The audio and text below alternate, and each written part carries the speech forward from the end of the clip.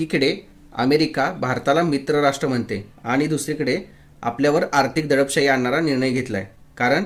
कारण काय? अमेरिकेचं म्हणणं आहे भारत हा रशियाचा निकटवर्तीय मित्र आहे, ब्रिक्स सारख्या संघटनेचा भाग आहे आणि ही संघटना अमेरिका विरोधी अजेंडा घेऊन चालते. या पार्श्वभूमीवर विरोधी पक्षांचे मत स्पष्ट आहे. भारताचं परराष्ट्र धोरण दिशाहीन झालं आहे. पण जर आपण इतिहासाकडे नजर टाकली तर हे वास्तव डोळ्यासमोर येतं की अमेरिका कधीच भारताचा खरा मित्र नव्हता. इतिहास साक्ष देतो की 1971चं युद्ध असो, भारताचा अणुकार्यक्रम असो किंवा संयुक्त राष्ट्रांमधील भूमिका, अमेरिका नेहमीच आपल्या स्वार्थाच्या बाजूने उभी राहिली, भारताच्या नव्हे. या सगळ्या घडामोडीवर एक अत्यंत मार्मिक वाक्य आठवतं, ते हेनरी किसिंजर यांचं. America's enemy can be dangerous but America's friendship can be fatal.